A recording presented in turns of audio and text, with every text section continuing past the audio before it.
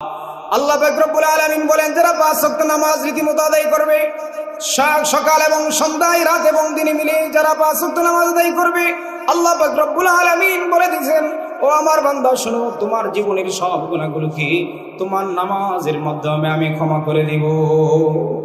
5 নম্বর আমল, নবী আরবি সাল্লাল্লাহু আলাইহি সাল্লামের সাহাবী আয়েশা বললেন, ইয়া রাসূলুল্লাহ, আমি গুনাহ করছি, আমার উপরে আপনি বিচার কার্য শুরু করেন। আল্লাহর নবী মুহাম্মদ আরবি বললেন, নামাজে যাও। 5 নম্বর আমল হলো জামাতের সাথে নামাজ আদায় করা। নামাজ পড়ার পরে আল্লাহর নবীর কাছে গিয়ে বললেন, ইয়া রাসূলুল্লাহ, ইয়া হাবিবাল্লাহ, আমি গুনাহ করে ফেলেছি, আমার উপরে শরীয়তের বিধান প্রয়োগ করুন। আল্লাহর নবী বললেন, আহাদারতাস সালাতা মা'না, এ আমার সাহাবী শুনে নাও, তুমি কি আমার সাথে, আমাদের সাথে নামাজ আদায় করছো কিনা, জামাতে নামাজ আদায় করছো কিনা?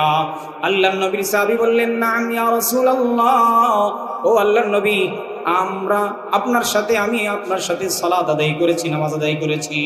নবী আরবি সাল্লাল্লাহু আলাইহি সাল্লাম বলেন, গুফিরা লাকা, আল্লাহ পাক রব্বুল আলামিন তোমার জামাতের নামাজ আদায় করার কারণে তোমার জীবনের সব গুনাহ ক্ষমা করে দিয়েছে। সুবহান।